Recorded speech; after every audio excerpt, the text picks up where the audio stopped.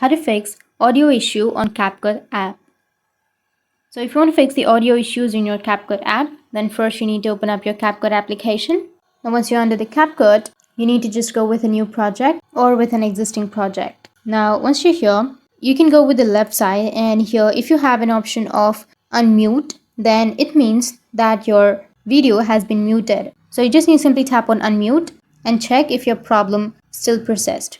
If it does, then just adjust your volume. You can increase the volume of your device and your problem might be fixed. But if that's not the case, you can just remove this. If that doesn't fix your problem, then you need to simply go with your Play Store and you need to go with search, and under search you can simply search for CapCut and tap on the application. Now if you have any updates under your CapCut, then just go and update it.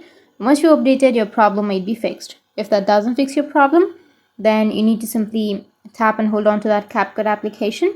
Go with the app info, tap on storage and cache, and after that tap on clear cache and also the clear storage and tap on delete. Once you've done, then you can again go back to the CapCut, log into your account, and your problem will be fixed. That's how you can fix the audio issues in your CapCut app.